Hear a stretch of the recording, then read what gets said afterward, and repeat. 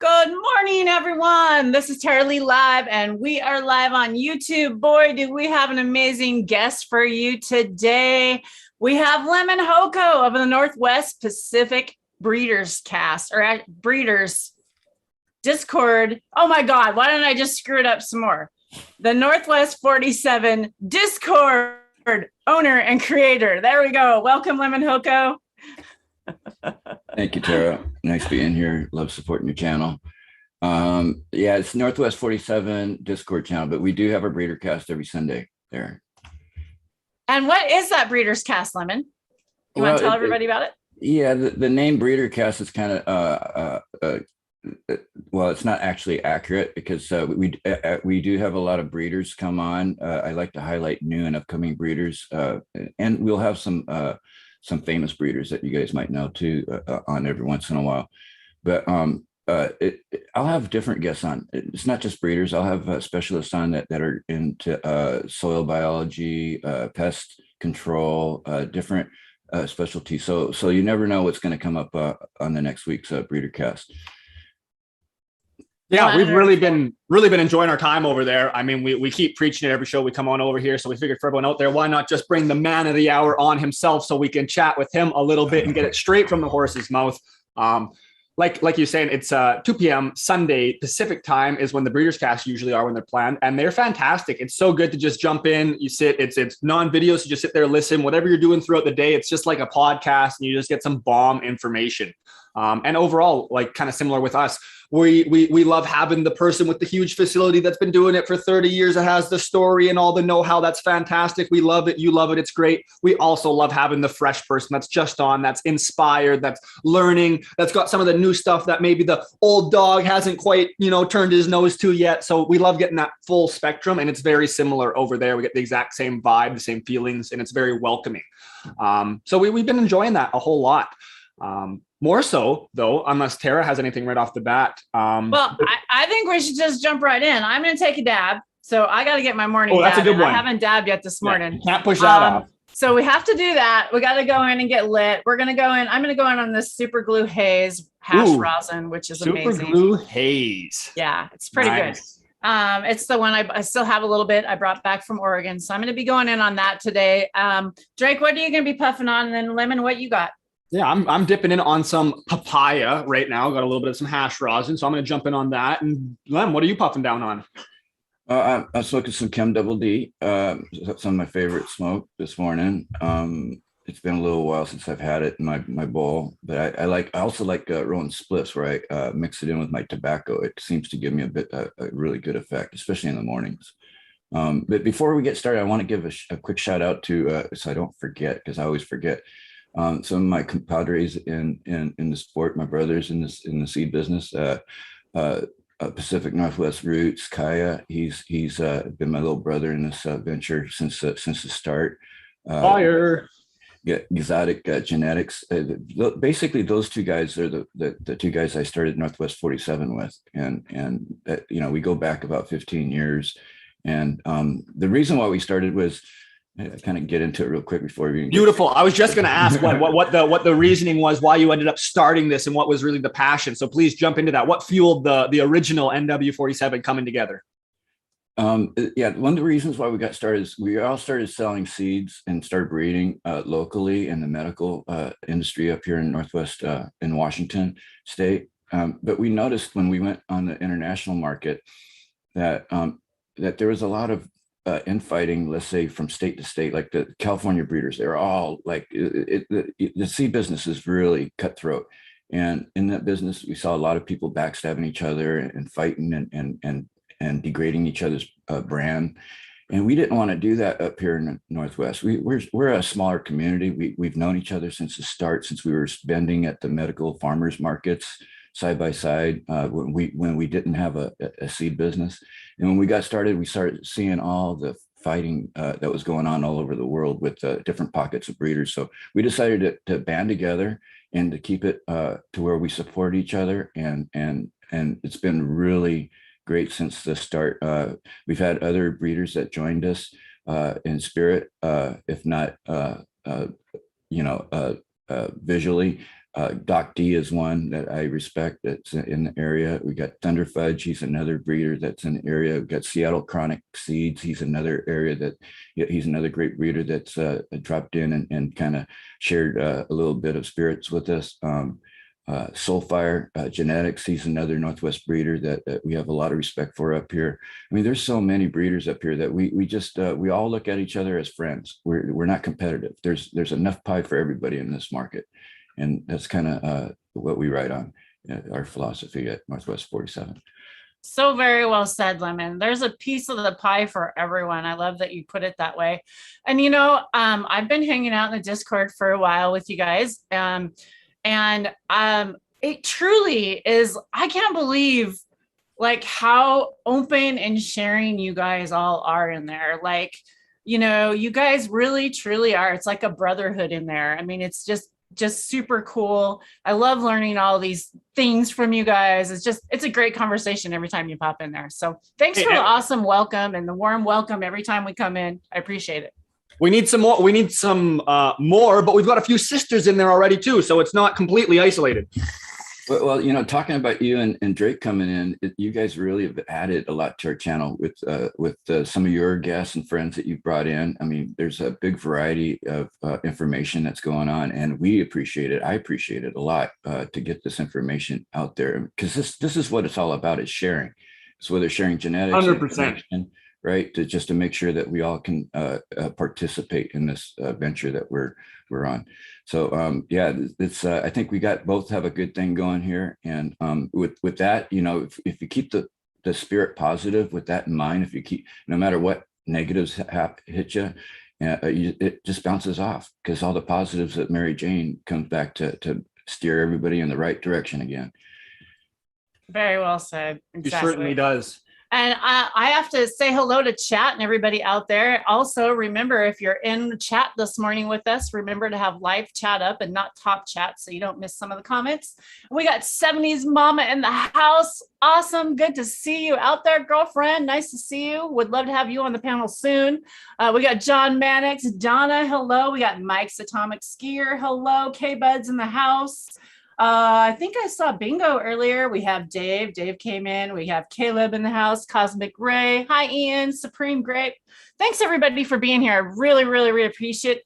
And don't forget to hit that thumbs up, because it really helps get the message out for us. I don't have my chat on. I don't have my chat on, Tara, but all those names that you listed, I consider my friends. I chat with them regularly when you do lives. I jump in, and they're all friendly. They're all cool people. I love my chat. We got John Maddox. How dare I not say John Maddox? Hello, John. John's always in there. He's the overgrow, overshare guy out there. Overgrow, overcare, overseed everywhere.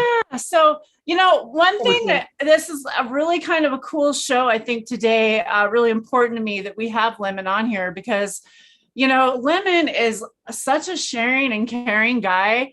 Here we are, a show about Lemonhoco, and he's giving 20 shout outs before we even have the show about everybody else other than Lemon, which is really rare in the cannabis industry from some of the guys that I've been around. It seems like a lot of them want to just talk about them. But it's really nice to have Lemon actually talk about other people. So let's talk about Lemon today, though.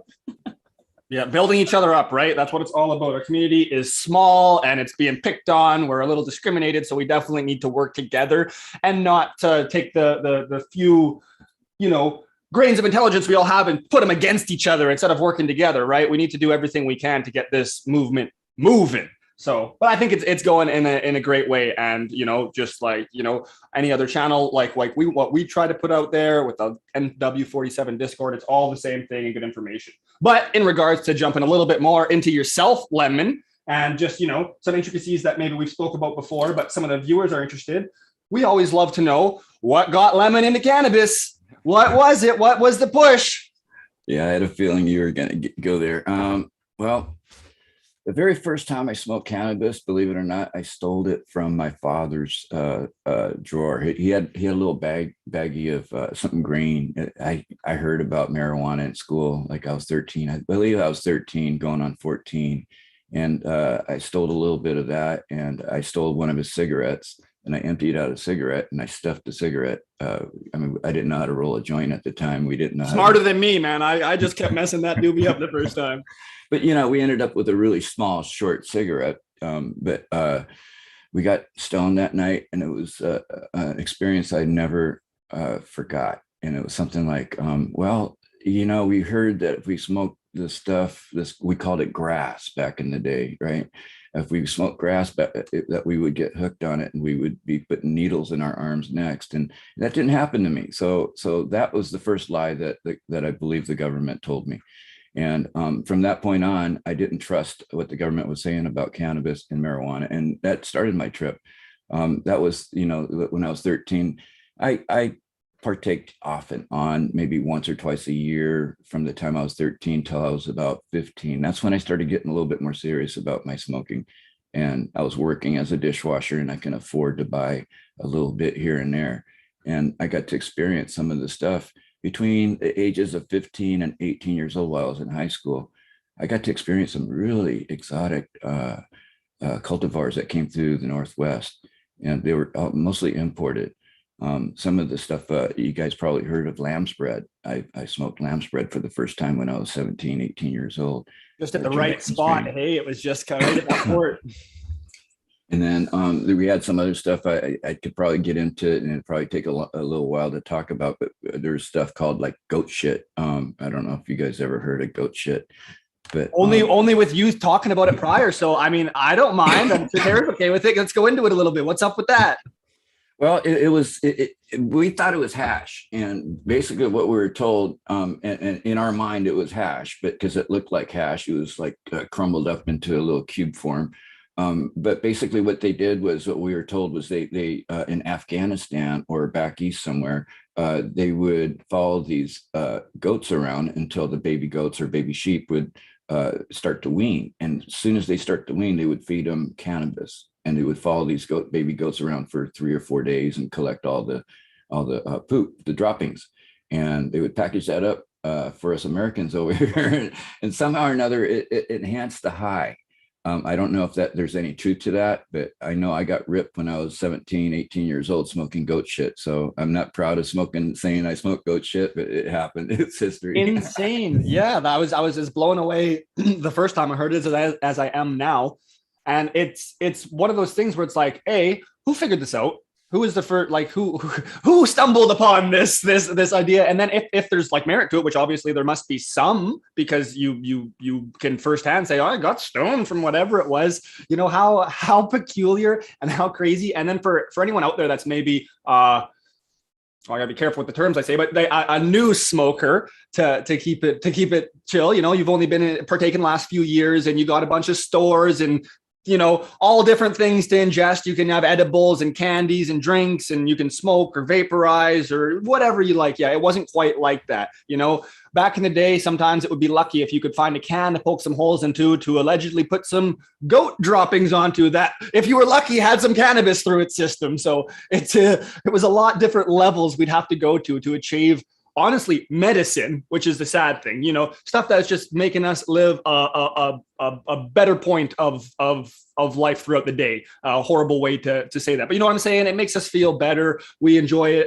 So many of us legitimately need it, or else we're going to be, chemically unbalanced throughout the day. And it's a huge progression we've made. So in the sense of like working together and pushing this industry, let's do that so we can get proper medicine to people, and so everyone can have access to whatever bomb hash rosin you need. That's the highest level medicine, or your sift, or whatever your specific flower, whatever you want, you need access to it. So again, sorry for jumping so far from a little goat poop conversation, but it's just crazy the levels that we've came from, and just like in one generation, the difference that's occurred. So now, touching back a little bit and ending off on the goat manure, Lemon was smoking natural farming inputs before you knew what natural farming was. That's funny. But yeah, went from that, and there was a lot of at the market. The time I was getting out of high school, the market at that time was it was what we understand as the dirt weed, the Colombian that was being imported. And it was that for about, I don't know, almost 10 years, I think, before the green stuff started happening, the homegrowns. But I was involved with that right out of high school. I worked different jobs in restaurants and stuff, but I also made a lot of quick money selling weed. And don't get me wrong, I do appreciate cannabis as a medicinal tool and an aid, a medicine. But back then, when I was young, it was all for recreation. I didn't have any idea that it was for medicine. I heard about in the news that it helped cancer patients eat and sleep and so forth. And that's about as far as I knew about how involved medicinally it was. So I had learned a lot since I joined the medical community. Oh, that looks beautiful. But yeah, it's I started dealing weed when I was like 18 to 22. Well, actually, I started growing when I was 28. So about 10 years, 18 to 28. So in that time frame, I was dealing Colombian, all the Colombians. We had regular Colombian, we had Colombian red, we had Colombian gold, we had there's all kinds of different Colombians that were coming through at the time. Incredible. We are also, I mean, we went from Colombia, and then the next phase, the Colombian phased out because the market wanted Thai weed. The Thai weed was coming in pretty heavy, the Thai sticks. And that's, I can tell you a lot of rumors about the Thai sticks, and a lot of people that come out on the internet and said certain things about Thai stick that I live the day, and I can tell you that those things aren't true. And they're kind of bent out of proportion on some of the stories that I'm hearing. So maybe you should tell us some of that. Sounds about right, doesn't it? Let's hear about it. Getting blown out of proportion as per usual, usually based off of, dare I say, bro science and just misinformation in the first place. Well, I can tell you right now that when Ty came over, when we unloaded it off the boats out of the Fort of Olympia, they were coming off of the boats in kilos at the time, and there was nothing marked on those bags, on those kilos, saying that this came from certain province or this was a certain type of chocolate Thai or lemon Thai. There was none of that. Nobody wanted this stuff to be traced anywhere, right? Because it was all black market. So that was on the hush hush. And now you hear stories like people saying, "Oh yeah, this came from this Thai weed from this province." And how would the fuck they know? I mean, excuse my language, but how would they know that kind of stuff?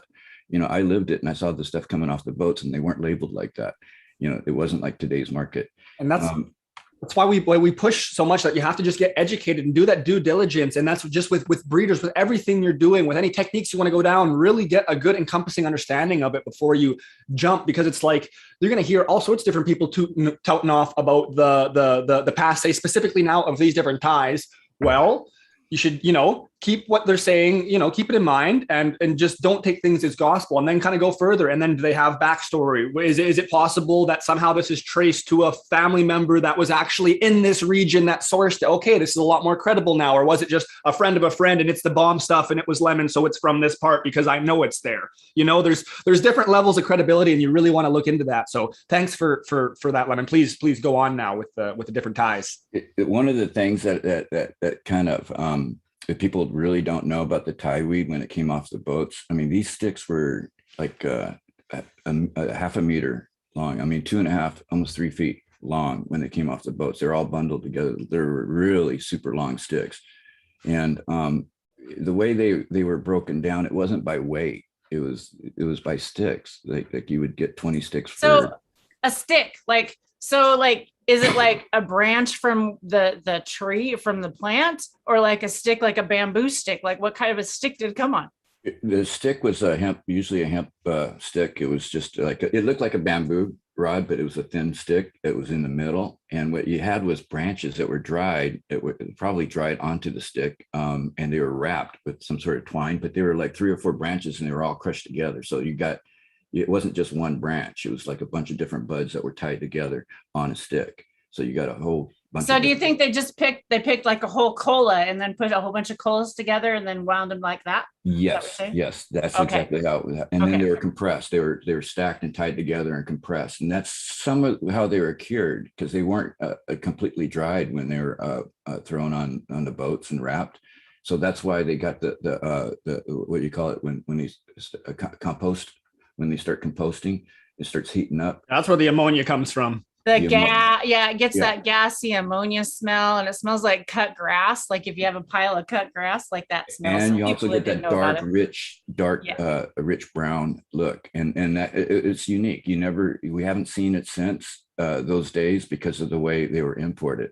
I mean, if you think about it, why don't we see weed like that now today? We can grow good weed, but why isn't it brown and sticky like that? It's because of the way it was handled after it was cut down and transported here. Now, when I was talking about the length of the sticks, the way you knew where you were in the market, when I started seeing stuff like on the street level, because I knew I imported kilos of it. When I started seeing it on the street level with some of my, way distant friends would say, "Hey, I got a stick," and they come up with a stick about 6 inches, 7 inches long.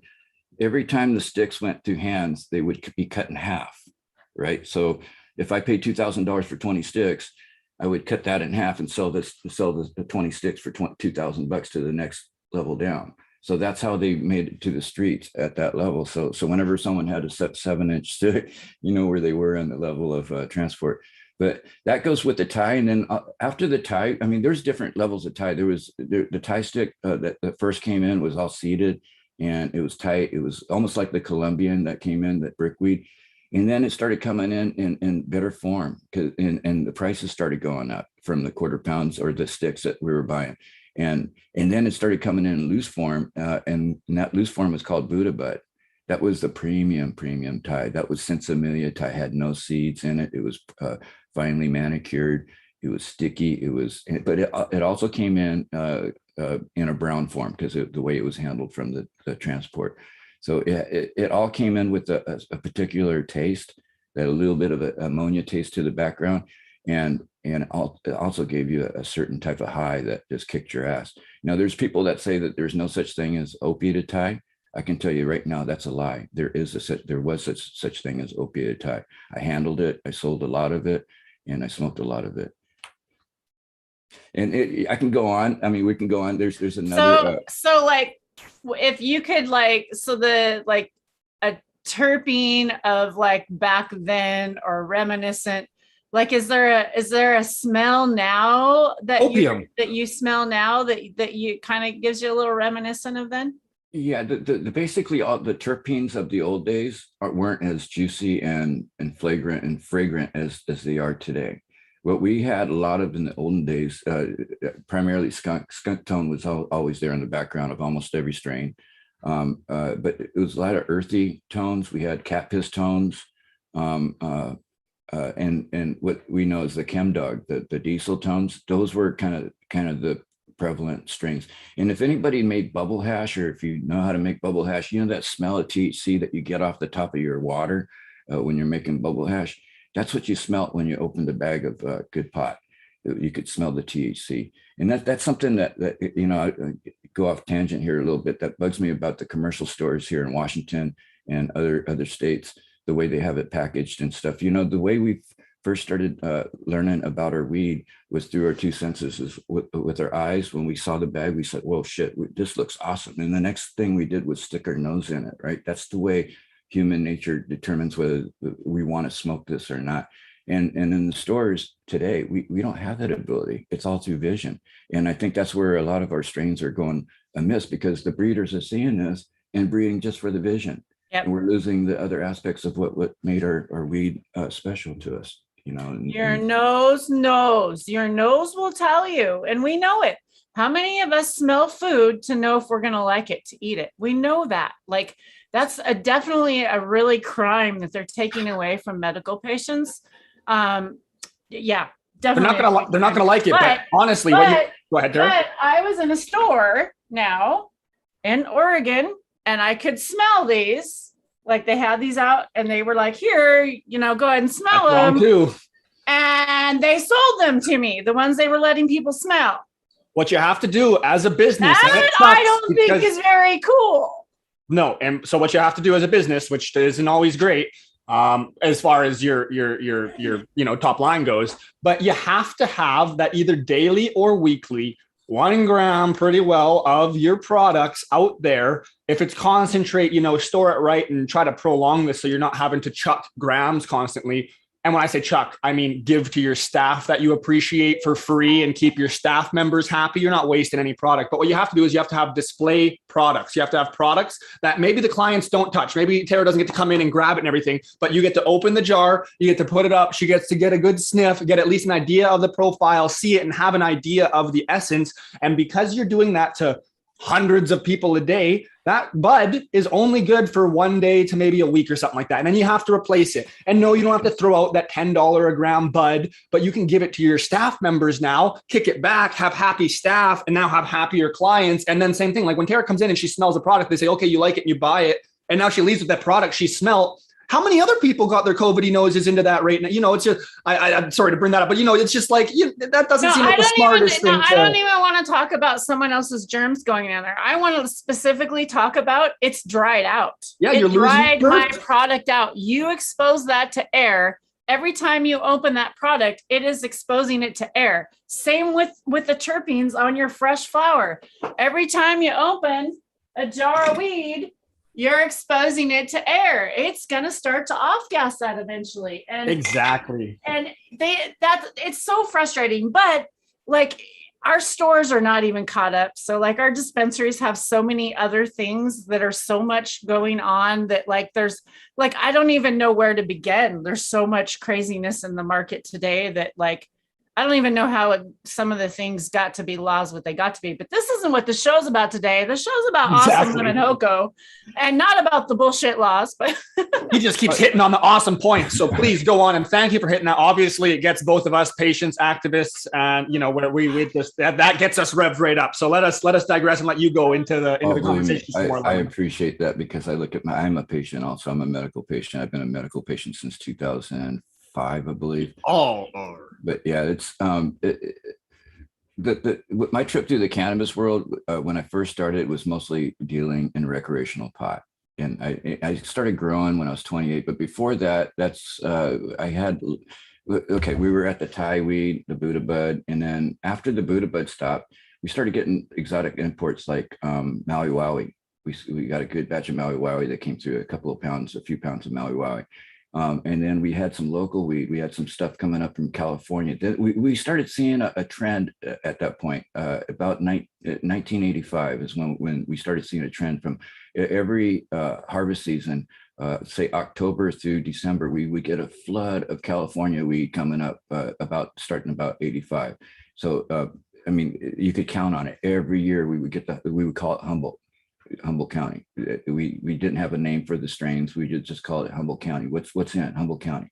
So Humboldt County would come in, and that happened for about and probably up until the medical days. Every harvest season, we would get a flush of California weed, and then later in say about the late 80s, going into the 90s, we started getting weed from Canada. The Northern Lights, we started getting some Northern Lights coming down from over the border and some really good BC weed. And some of it was seeded, and I got to collect a lot of seed through my journey. You know, I've always like had a jar for seeds I didn't really care for. I mean, out of pot that I didn't really care for. And then there was another jar for, wow, this was very special stuff. So I collected seeds all the way through. And then I started growing about 1988 when I was 28 years old. I started growing this when I first bought my first light. And believe it or not, when people don't understand how the lights were back then, I had to go to the grocery store and buy my kit. It was a 400 halide light kit. And what you got was pieces in a box. You got transformers and wires and things. And then you got instructions saying, get a piece of plywood and you want to screw everything to this plywood and hook it up like this. And then stand back when you plug it in because you don't want to get shocked. That's kind of what the instructions said. I love that you bring that up because I also want you to go into it a little bit more. What were some of the other things that were maybe precautions that would be taken when you were going to pick up products from said grow store in those days? Because that's another thing that's like, you know, I got a grow store across the street. I can go over there with a sign that says I'm going to the grow store and go pick up whatever I need and come home and no one bats an eye. Now, maybe for someone out there that doesn't, you know, they take that for granted, there's the word I was looking for. What would you do back in the day? Were you doing the same thing? Were you showing off that you were going to the grocery store when you were going to pick supplies up, or did you have a different regimen? Well, see, that's how the industry weeded itself out with stupid from the stupid guys that weren't growing very smart because they would. I mean, back then it was very highly illegal, and if you walked into a grocery store and said, "Hey, I need something for my cannabis plants or my hemp plants," you'd get kicked out. You'd be 86. They didn't want to talk to you anymore. So I personally, going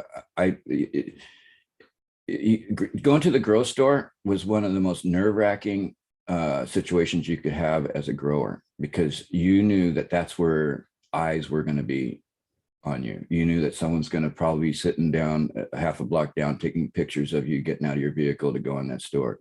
And you knew that you might have a trace and a tail coming home with you. So this is all things that we thought about. The sad thing now, it's still happening in other parts of the world. Yes. Like we're lucky. Like we're talking about stuff that you lived through. And thanks for sharing this, Lemon, because this is definitely new to me. And yeah, but people are still living through this. We forget. Yeah, you know, if you went through any sort of supplies whatsoever, it was in your best interest to make personal relationships with the owner of the store or the manager of the store and try to get an okay to come through the back door or special loading dock that they had, only because you wanted to be out of the sight of the public.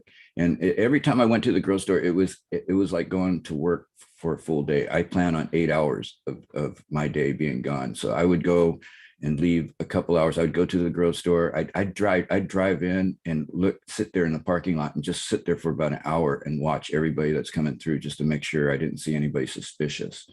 And then I would leave and make sure nobody was following me out of there. And then I'd come back and on my determined time with the boss of the store to pick up my load through the back door. And on the way home, I'd do the same precautions. I'd always go through a drive-through, no matter what. I'd go through several drive-throughs, whether I bought a Coke or French fries or whatever. If I wasn't hungry, I'd buy something. But this gave me a chance to see, you know, who was following me, who was around me. And then I would never go straight home. I'd have a offloading place where I would offload my stuff. But before I even went there, I would sit down the road a half a block for another hour just to make sure I didn't have anybody sitting there tailing me to that place. I mean, this was all done at night. You know, you pick up your stuff during the day and you drive around, and you hopefully at nighttime is when you get back to your offloading place. And by the time you get your place, see, when you didn't want your neighbors or anybody where you're renting your houses to see that you're loading in 10 to 20 bags of dirt, right? That just didn't look good. If you did that once a month, people would get a clue that, hey, something's going on there. So we had to do this between 2 o'clock in the morning and 5 o'clock in the morning all the time, just for security reasons. It was like when people were asleep. And that's where, you know, most of the black market gardeners are midnight gardeners for that reason. We had to work when people weren't around. We had to have the lights on when they weren't being traced and suspected. You know, speaking of that, there's a lot of times in my life where I was traced and followed by the police. And I can tell you that's not a very, very nice feeling. It's very nerve-wracking. And that's exactly what I wanted you to key on. So thank you for being so descriptive. And that's the extent of just picking up a bag of soil, getting some pots, grabbing those, oh, fuck, I broke my scissors. I don't have an extra pair. I need a pair of specific grow scissors because I like the ones I'm using. And if you need to do that, well, that could be an all-day event. And where you're going through those, like, that's like a cold receival of a package, right? Like you're taking it, you bring it in your car, you go drive around for a few days, if not longer, before you bring it home, because you just don't know who's watching you. And if there's something that, you know, for whatever reason, something like some nice cannabis flower that some other idiots deemed not good for us, they're going to harass you about that. You got to be careful. But overall, the anxiety that you had to live with and live with, it's really, I feel, you know what, let's take a dab and a rip out there for everybody that's still dealing with this bullshit today and everybody that's had to deal with this bullshit. And like, we're sorry. And I hope it is, you know, free and available to everybody somewhere someday. Someone says they don't think it'll ever be legal in the UK. You know what? I believe that the world is going to come awake and it's going to be legal everywhere. I don't know how long it's going to take. Maybe not in my lifetime. I don't know. Who knows how long I'm going to live for, but I really do. I think it's going to be for everybody because they're going to see when you see a child like have seizures and then they're given freaking cannabis and they stop having seizures. How could you not want this legal for everyone and for that one thing specific right there? For everyone that's a human sold. And for all the other pricks out there, which is probably majority, which sucks when we think about this world, here, BC, Canada specifically, we've got farm gate coming in 2022, right away here, allegedly. This is meaning anyone with a farm can legally now, if you have farm status, so that you're already a farm, you can sell your eggs, sell whatever, you're going to be allowed to cultivate your cannabis and you're going to be allowed to sell your cannabis from your location online, so on and so forth, and declare your taxes just like any other farm good. There's going to be some specifics, like you probably can't have cannabis sitting out at the stand at the end of the driveway like you can with your tomatoes. Irregardless of the fine details, it's coming, it's moving. That's going to really show the legislators here the amount of money they're going to draw in. Because now they remove everything to do with pouring money into investigating people growing cannabis, because pretty well everyone's good to go. They don't care about that. Now the only thing they're going to look for is people that aren't paying taxes, what they already have huge divisions for. They want to go after people that are sneaking around and not paying taxes. They're not going to care about you growing your cannabis, seemingly doing awesome in a rural neighborhood, and then going from paying them a few grand a year to maybe 50 grand a year taxes. You know, they're going to love that. So they're going to see the money influx, and this is going to, shoot across Canada, in my opinion, pretty quickly. I'm being optimistic about this, which probably isn't smart, but I just think it's going to come down to the brass tacks of money. And that's what makes movements happen, unfortunately. Us being activists, I'm 100% like you look, I mean, RIP little poor Charlotte, but you look at the beauty of what cannabis could do for that child, young, I believe under the age of 10 at the time, having 2,500 seizures a month, being able to get cannabis and get down to almost complete remission. Like we're talking miracle work here, damn near. Not quite, because we can show how it's actually working, but it's really close because it's just incredible to see. And it's such a passionate topic. But there's a lot of people that couldn't give a shit about other people. They just want money, and it fits that level too. So it's going to bring in some money, and it's going to bring proper medicine to people and access. And that's what we're really excited about. And I think all this talk about good access and proper cannabis and everything has stirred 710. So he joined the building to come dab and have some proper cannabis with us. How's it going, everybody? 710, how you doing, buddy? Hey, cheers, Lemon. Yeah, Welcome, 710. We getting into a little bit of the philosophical part of this conversation. We look at it as a war on drugs. I mean, we don't. They're the ones that declared it a war on drugs, right? And right now, War on people. Yes, and right now we're kind of winning the war. But in my day, they could turn the knobs and change the whole direction of this war with just a little bit of tweaking. And what I mean by that is I lived through the times of Operation Green Merchant back in the late 80s, early 90s, when they controlled all the imports of all the equipment that we were growing with, all the lights and transformers and so forth. And they pretty much dried us up in Washington. We had to drive over the border to Canada to get the Chinese lights that were coming in to Canada and drive them over. And that was like an 8-hour trip just to get lights. We ran with old bulbs as long as we could. People were stealing bulbs out of, lights, parking lot lights. Yeah, street lights locally were being taken in the early 2000s still. But so the government can, if they wanted to, make it a lot harder. And I think that, like you said, it's money motivated, and that's the reason why they're getting a piece of it now. And they've seen how much money is floating around and was in the black market, and now it's being commercialized. And it's a good thing, and it's a sad thing, because with commercialization, you get the downplay of all the weed. Quality starts going down. Of course, we know that because of the quantity that they're making, but also it lifts a lot of pressure off the legal market, to where you don't have to worry about being put in jail for partaking anymore. That's a big difference. I want to touch into this before I forget. What I've seen that's most impactful in my life with the cannabis world is the amount of information that is being spread from the past. I mean, back in the day when I started growing, the way I had to learn is I had to go to an old bookstore and hopefully they had a marijuana growing book somewhere in a paperback form. And if I could find that, I would buy it. And I mean, you would get all kinds of eyes on you. You turn, it's embarrassing to go in. It's almost like buying a porn magazine, with everybody looking at you, right? And that's the way people looked at you when you bought marijuana stuff, whether it's High Times or whatever, back then. So now the information, I saw the progress from buying books and learning to grow through magazines to going to online forums. And now we got more one-on-one get-togethers like on Zoom here and Discord. I mean, the information is just blowing up. We got so many bright minds like 710, Drake. I mean, the new generation of educated growers are coming in, and believe me, it's refreshing to see. It's really nice to see. And people want to share. They openly want to share. They want this knowledge out there for everybody to have. I think that we kind of lived through an era of, education always costing money, right? Education costs us money. You had back in the day when I was a child, if I wanted to do a book report, if we didn't have an encyclopedia at home, for us to do a book report, we had to go to the library. We didn't have computers, there wasn't that free knowledge available.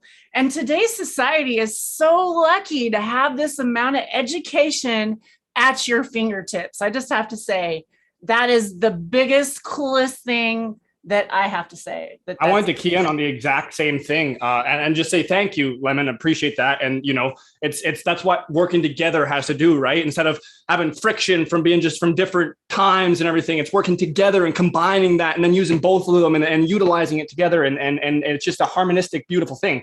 But with myself, I'm just super passionate, really educated. It's something that really helps me, just cannabis itself as a whole. So I can't get enough. I get off on learning about this stuff and trying to do as much as I can. And I'm like a super ADHD. It's really hard to retain information. So I got to hear things time and time again. I'll say wrong information and do my best to re-amend that and put out the proper stuff as we learn. But the information is there in a sense, but it does take, determined nonetheless individuals to really go out there and seek said information. And there's so much of it, it's really hard to discern. So it's like, I was also going to defer and say, like, if you're sleeping on our man 710 Canuck here, this is someone that not only is super passionate and, all the things that I just said about myself, he's also went to school and got the backing. And like, yes, there's lots of that information available, but it's not quite that available. And like, I imagine if I wanted to access the information that he has learned, I would have to spend thousands of dollars personally just to be able to view those studies, because yes, lots of them are out there, but there's paywalls, and paywalls are really tough for someone that's in a position where you're just trying to learn and maybe you're not working yet and you're trying to use this information to gain, with now specifically 710, not trying to, toot your horn and stuff, but someone that's been through school and everything, they've now used that. It's on their resume and he can go forward and, someone's going to get really fucking lucky with this guy. Whereas for ourselves, if we're just trying to go through and, pay these fees for these studies and get the same information, it doesn't quite correlate the same way, aside from, getting out there, expressing the information, amending things when you misspeak, and then just showing, giving out free information, and then people are going to appreciate that. And if they like you, they'll root with you. And if they don't, they won't. But I'm sure 710 can agree on that paywall thing nonetheless, because he's the one that really kind of made that a lot clearer to myself, at least too, because like I keep coming into that where you just get a little fraction, you get an abstract or something like that, and then don't think about it too much further. But it's like, oh no, you can usually pay to see more. You just got to pay. Yeah, you just got to pay. A lot of these papers, and honestly, this is the reason why a lot of the reporting on the scientific papers is just absolutely terrible. The reporters often just read the abstract and they report on the entire paper based on the abstract. And the abstract is just like some key points, a couple little pieces of information that they found out from their study, but it's not the whole thing. And you can get a completely different idea from the abstract than you do if you were to read the entire paper from the back. Exactly.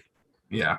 Now, see, that's something that I wanted to touch on, 710. When you come into my Discord room, there's all kinds of high level talk going on, but it's more layman language. But you come in and you get to explain it in a scientific way that we can understand how and why we're doing the things that we're doing. It's really a beneficial thing when you come in and give us the Appreciate that. Yeah, and the language, right? Like another thing that you brought up is like a lot of this, science in general is based off what, Latin, I believe you said. So it's like you kind of need to have a really good understanding of stuff that the average person just won't know the words. They won't understand. Like you have to, there's so much that goes into it as a whole that an individual would have to do. And then you don't necessarily get the same certificates or, appreciation. I absolutely love the internet for the ability to go and get information, to look up stuff and get consensus on certain topics. Unfortunately, as we've learned, there's a lot of misinformation as well on the internet, and sifting through what's good and what's not is pretty hard. Oftentimes it leads to you have to actually read an entire journal paper and understand the actual statistics in it, which, I mean, statistics aren't something you use every day. So not many people practice with statistics. It's tough. It is. It really is. And then, like you're saying, the high level terminology and the dense way they put it together, just to compact it and make it as easy to read for somebody who is a professional in that field to read it, right? And then that's the bridging. And sorry, I didn't mean to just step in there and cut you off, but that's why we have to work together. And it's so nice to find someone like, again, now I am preaching 710, because he comes in and he's able to not only, kind of give us a better idea of why things work, but also, split that difference of the understanding levels, right? It's like we just, he's able, because it just works really well. You got to find people that mesh together and find people from all different levels that can come together and have a positive outlook. And that doesn't mean you don't disagree on things. It just means you disagree positively. You disagree and then you learn together. It's good to have disagreements, because then that's generally where I learn the most stuff, is if I have a preconceived notion and then I'm arguing with somebody about that, and then I'm like, oh, wait a second. Wait a minute. Are you actually right on this? Okay, maybe you are. And then it comes down to the whole, just being open-minded and having the ability to change your mind based on the best evidence available, right? And that's it. You hit it right on the head there. That's the biggest thing.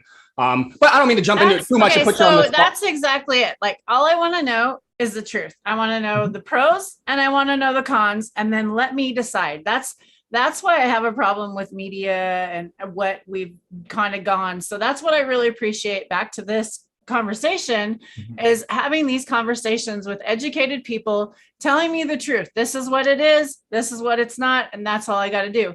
So speaking of that, like Lemon kind of does that, I'm going to throw that into his breeding over there, how he educates people over there, and how one of the coolest things, I think, and a lot of people don't understand this, how many people are or are not actually having their genetics tested and calling themselves breeders.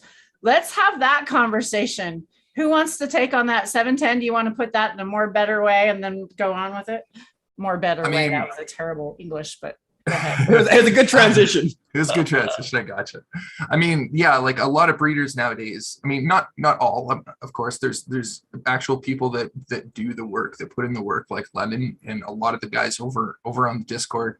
I mean, it takes this extra step. It's not just banging together two plants and then hoping for the best, right?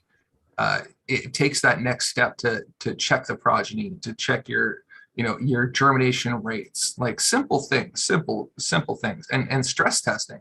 And I mean, this is why it's great to have your gear growing in multiple different gardens, because different gardens will bring out different expressions, and different expressions can bring out, the detrimental side as well as the positives. And really that's what we're looking for if we want to actually breed. Because I mean, the point of breeding is to create something better than what currently exists. Like up here in Canada, to get what's called breeders' rights, you have to have proven that your cultivar is uniform. So it has to have a certain amount of uniformity throughout the traits and the expressions and the chemistry. chemotype, I should say. And then you can actually get rights for selling your seeds up here. But a lot of the times people are just taking two polyhybrids, putting them together, and they get a extreme variety of phenotypes. And then if that goes further into the F2s, you're going to get even more opened up. But yeah, I mean, testing is where you sort out the problems before they happen. Like, nobody wants to find a bunch of herms and seed their entire garden. So this is why testing is so important.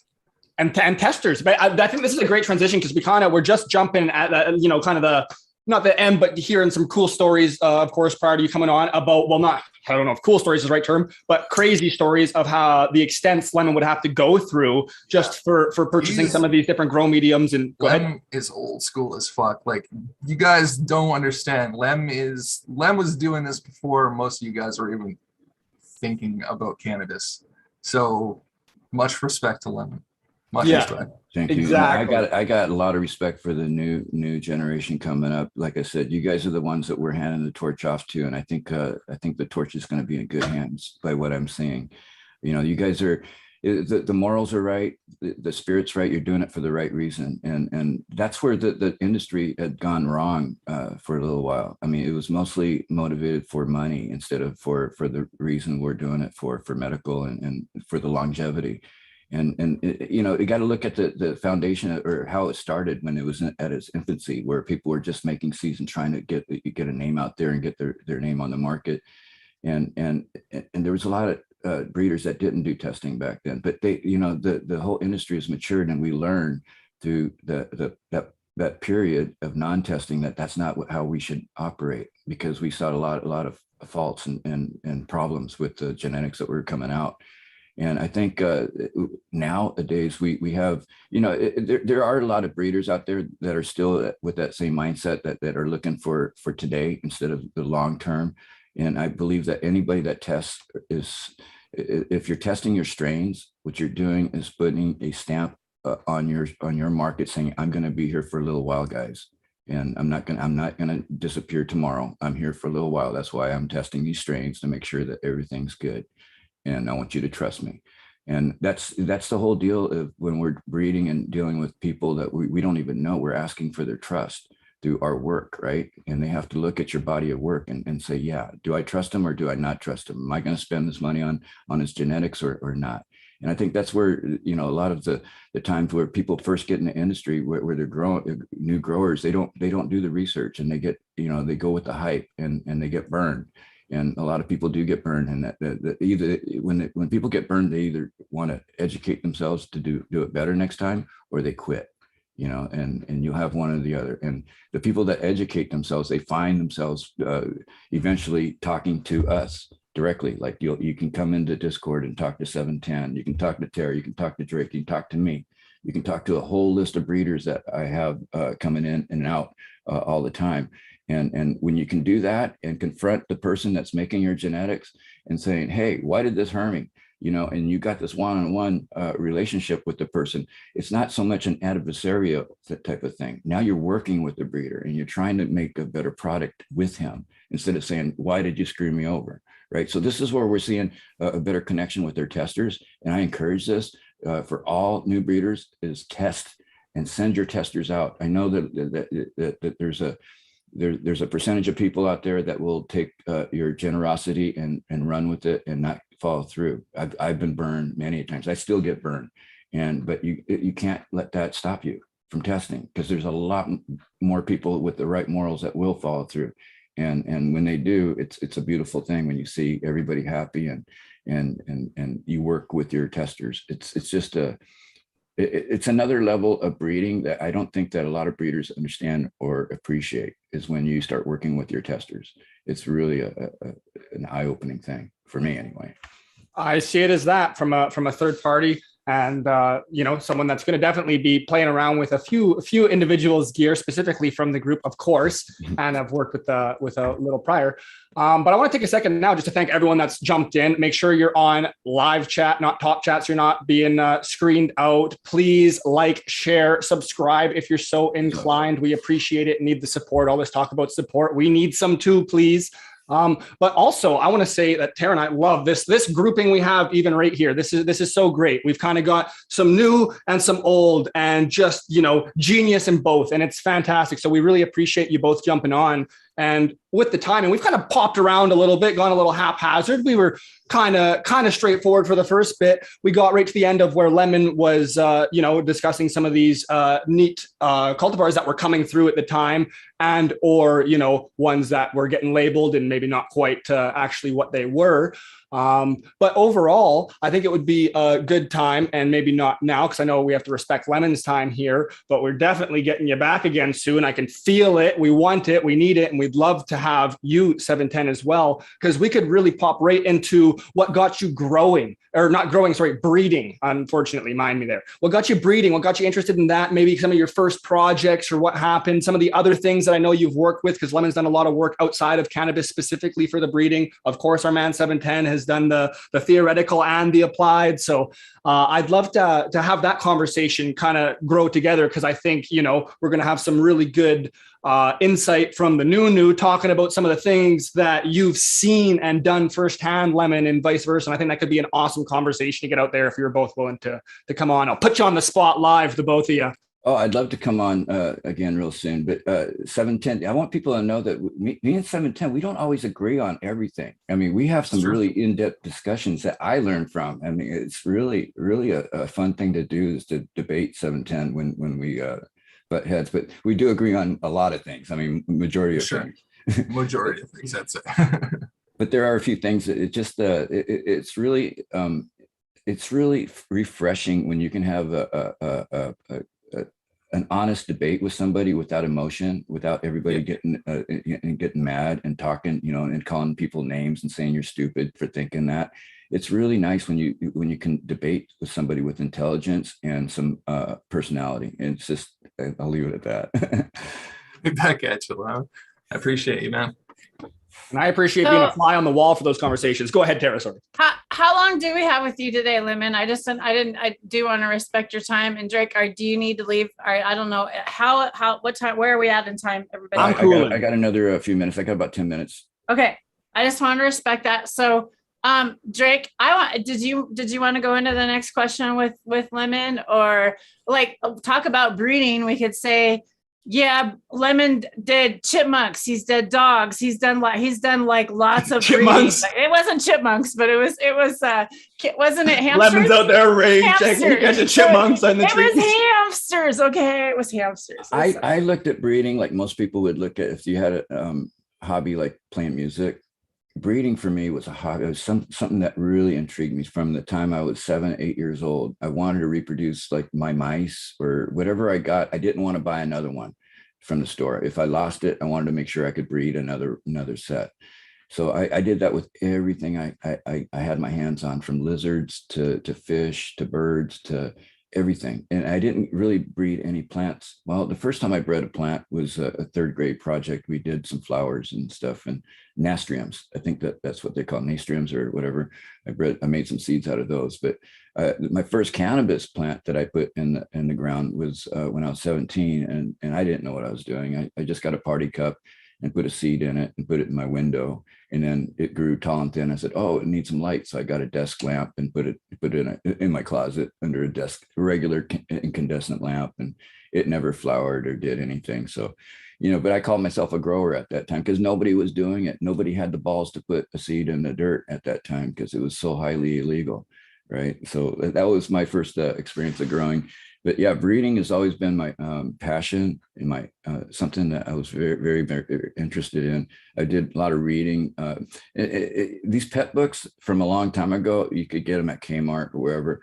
They actually, in the old days, they actually had a section in there about breeding, and they talked about Mendel's law, genetics, everything. I mean, it was like a small little educational process when you buy these pet books. So I picked up a lot of these books and read, and then I through high school, I took biology because I was always loved animals, and zoology.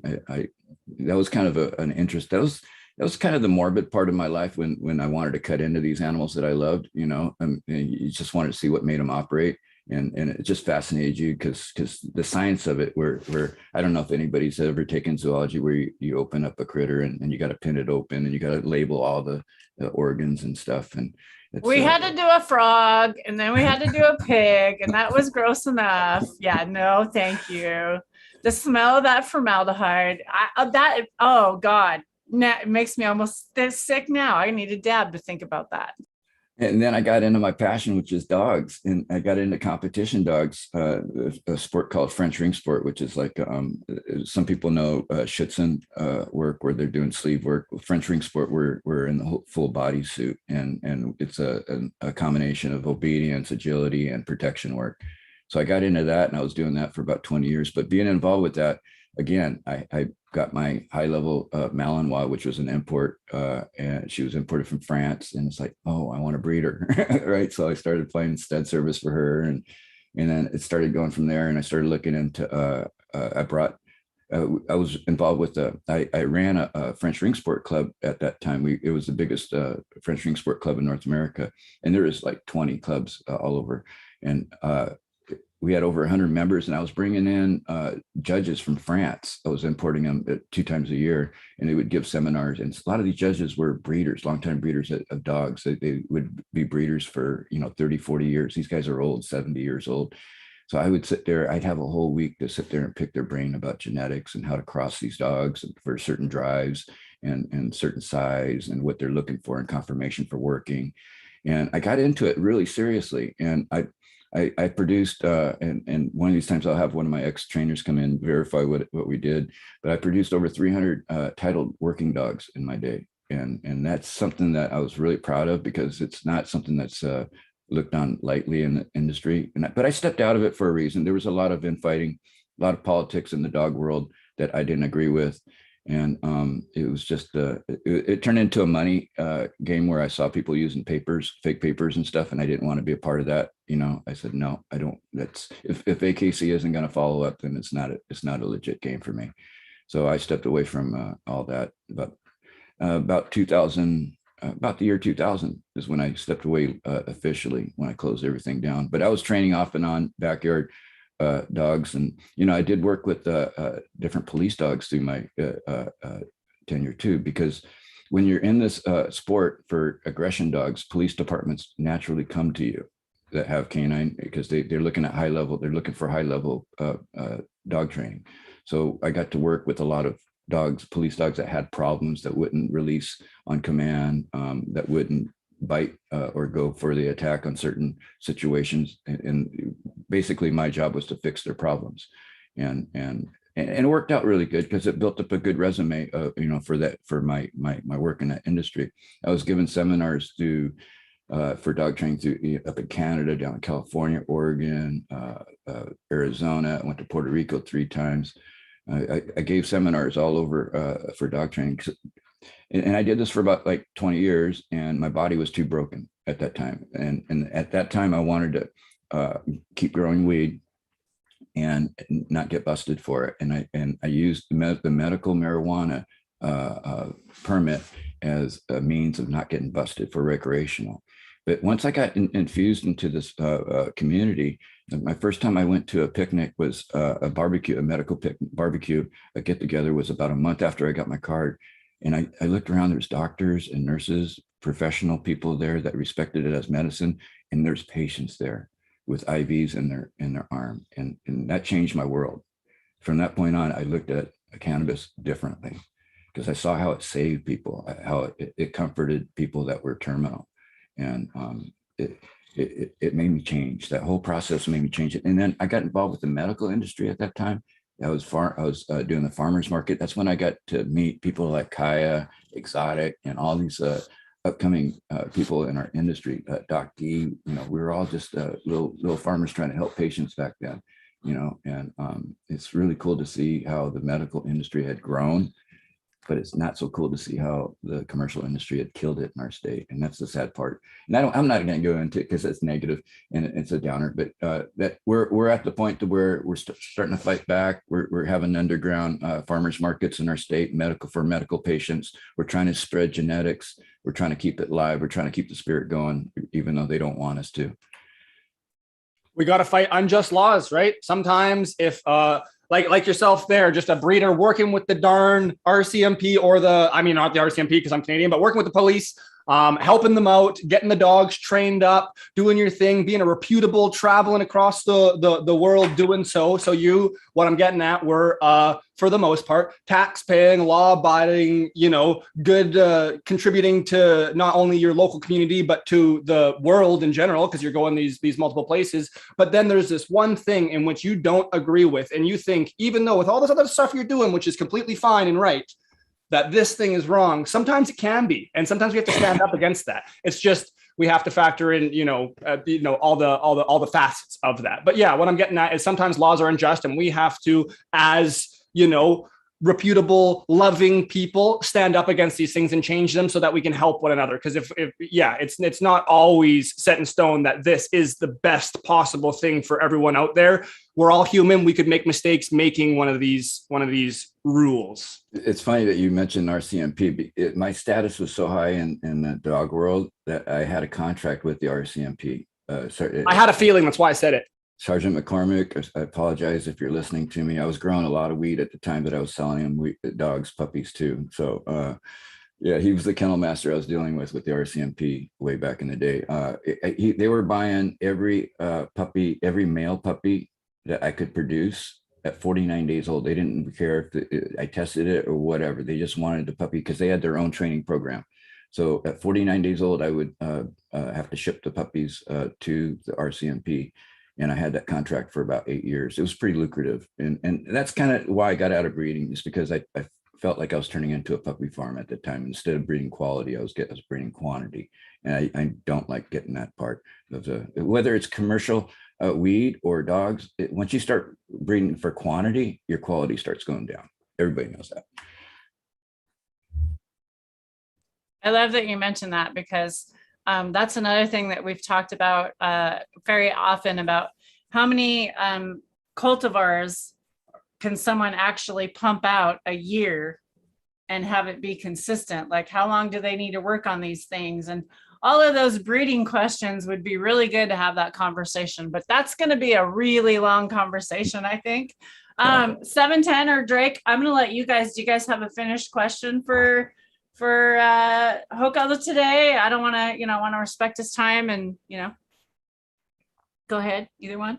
I don't want to step on anybody's toes, but Go for it. Lemon, what would you say would be your absolute favorite cross that you've personally made? Probably the cross that I made, probably a strain called Dogon, which is Chem Double D crossed to Stardog back crossed twice. And the Chem Double D was I believe a BX1 or a F3 that I crossed into the Stardog BX2. So all those, the Stardog, it's even though JJ named it, it's something I took from Top Dog seed and worked down to a BX2 before I bred to it. So I had bred the Stardog at least 4 or 5 times before I even bred it back to my Double D. So that's one of the reasons why I want to stipulate that it wasn't a straight seed from the seed. I don't like it when people take seeds from the straight seed pack and market it, as an F2 or something. That's like stepping on someone's work, and I would never do that. I just wanted to put that out there. Dogon is probably my favorite. It's only because I like that doggy terpene, that skunky doggy terpene with the big resin heads. Even though I've been working blueberry for the last 16 years, I like blueberry, but she's not one of my favorites. It's just because, everybody's got a different palate. And at first it's like eating a new candy. Oh, wow, this candy is great. But if you eat the candy enough, it's like, oh man, I'm getting tired of this candy, right? So I smoked blueberry and worked blueberry and tested so many progenies from blueberry for the last 16 years. And I'm up to here with blueberry. I still love blueberry, but I don't have her as much as I used to have her. And Berry White was one of the offspring. She's one of my babies and still the same thing with the Berry White. She's sweet. You know, I just don't grow the sweet pot as much as I like the dank funky pot. Nice. Thank you. Awesome. So, Lemon, we had a couple people ask about your Discord links. So, Lemon actually has you send him a friend invite first, and then he will send you a DM. There's a little bit of a door to get in. You know, we need to make this safe for everybody. If you think about it, you know, cannabis is illegal in a lot of places. So there are a lot of things we need to be careful for other people. Yes, it is legal for us. We can say all these things here, but a lot of people still don't have this freedom. So we really need to be careful for other people and respect other people's real names, real people's addresses, where they're from. These are all things that we need to think about when you become a member of this Discord. It's also a very respectful Discord over there. Don't go over there and be the bad apple. Don't be the bad apple, because it is really cool right now. And we have a really cool, awesome team over there working together to hang out and put good information every day. And we have Mr. Welcome Man, the TARDIS welcoming committee over Let there. me throw a shout out to the Discord boys out there. Welcome, guys. And we had Evo in chat. Hi, guys. We Dab got time. a lot of good members there that jump into chat daily. Our chat's like 24/7. We have UK people coming in at weird times for us, weird times that it's normal time for them. But yeah, it's 24/7. And but I also, you know, we got a good team of mods there too, so they keep everybody in line. And if you get out of line, you'll know real quick. It's really easy to stay in line. We're pretty relaxed. I'm one. Remember, my background has always been the black market, the renegade type of lifestyle. I'm not good with rules, so I don't like setting rules myself. I just want to make sure that everybody treats each other with respect, and if you do that, that's all that matters. But it's real easy to get on. Just start your Discord, download the app, and it's all in lowercase. Send a friend's request to Lemonhoco, hashtag 8674. 8674. And if you send a friend's request, I'll send you an invite, and we can go from there. Just make sure you read the instructions, the rules when you come on, and then you'll have to click on a little icon to say that you read the rules, and you're in. And the only thing I ask is don't jump in and start selling gear, don't sell weed, don't do anything, you know, in the public eye that looks illegal, and we'll be cool. And with that, I'm going to let Lemon finish up with what he wants to tell you for the day. And then I'm going to tell you a little bit more about what you'll find over in the Discord after Lemon jumps off. So go ahead, Lemon. Well, Final yeah. words for the day. I'll let you jump off. Yeah, I want to thank you guys for inviting me here. It's been fun. I'm looking forward to coming back again. It's really cool to see the communities blend like this. And I know you brought Dragon 5 family in the other day, and it was really cool to see them come on. We've had a lot of new guests come in with big followings, and it's really neat to see the community come together like this. And I want to thank 710 for dropping in all the time and giving us all this great knowledge, and Drake is always keeping the conversation going over there. So I really appreciate how we're connecting, and I encourage anybody, especially for my Discord, if you guys catch the show and want to jump in, I encourage you guys to do that. And in the future, I'd like to, Tara and I were talking about my breeder cast, having the guests that I have on my breeder cast follow up and do a show on Wednesdays. If that's still on the menu there, Tara, that'd be fun.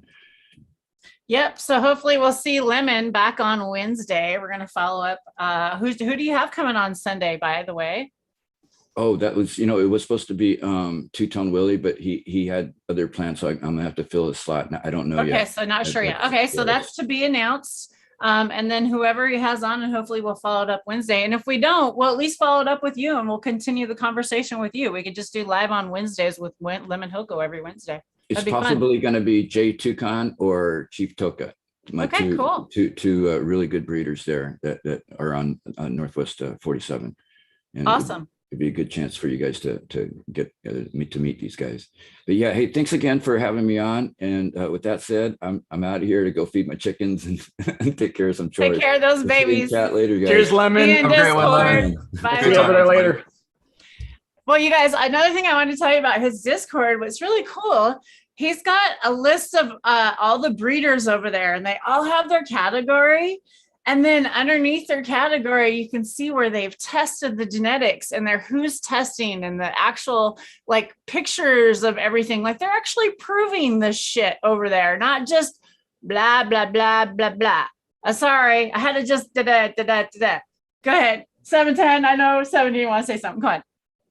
I mean, yeah, they're getting their testers to do the proper testing, and you know, there's a certain amount of responsibility you take on when you're going to sign up to be a tester. And they'll make sure that you know, if you don't do it, then see you later, right? It's pretty simple. Just don't take advantage of people's generosity, and you know, give people the information back that they need, and everybody's having a good day. Yeah, you can say that again. I love that you keyed on that.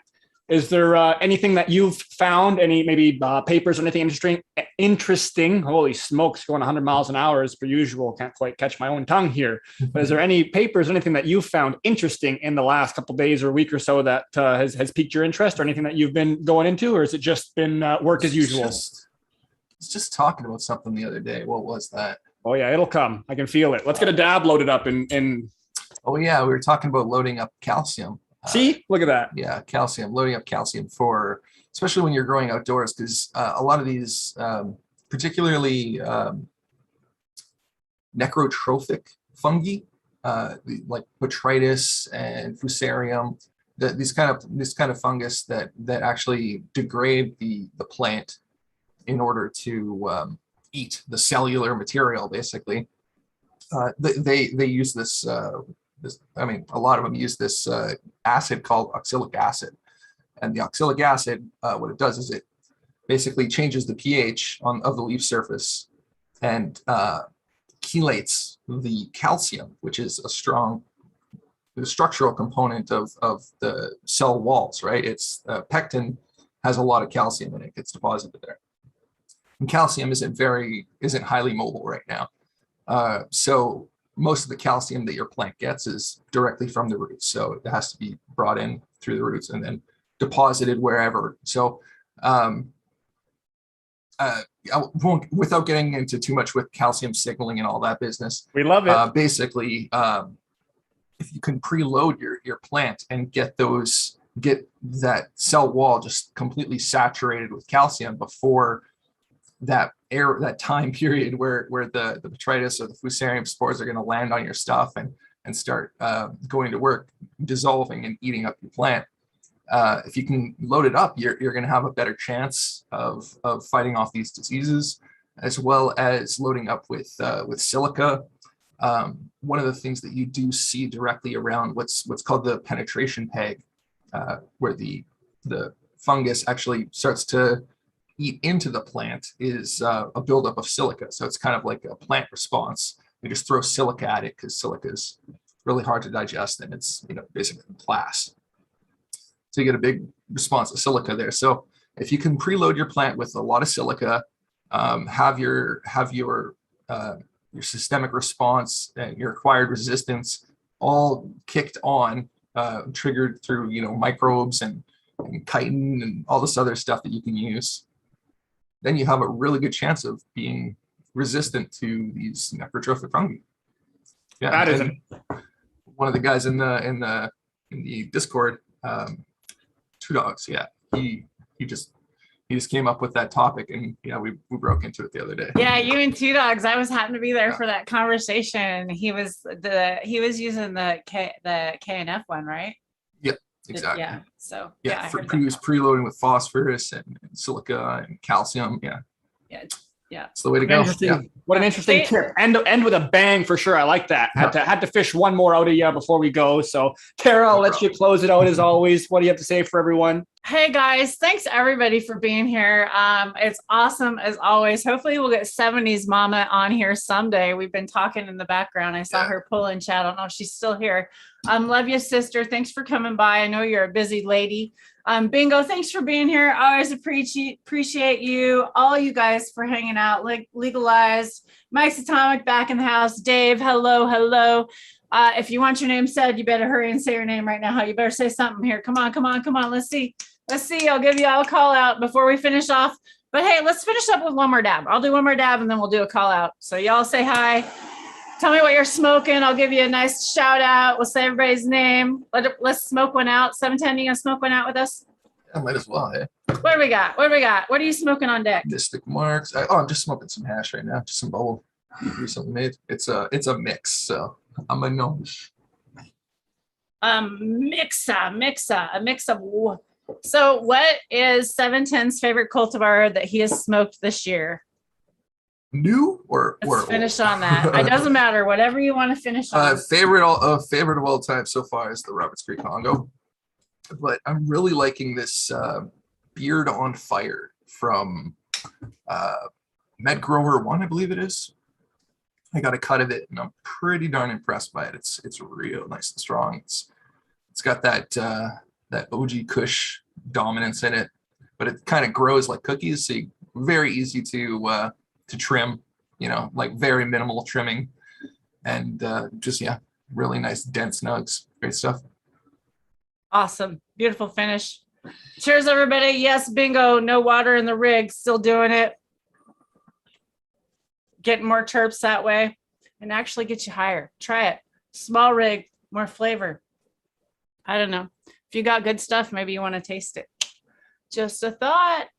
And there we go. That's what I puffed on. I don't even know the name of it because that's what I grabbed on the end. We won't even go there. So y'all have a fabulous day. Wish you all love, health, and happiness out there. Thanks for hanging with us again. And we'll be back again on Saturday and Wednesdays at 9 a.m. Pacific. As always, thanks, Drake, for always being here. And thanks, 710, for joining the panel. And Lemon, Thanks thank for the you for invite. coming by. It was awesome. Peace and love. Cheers.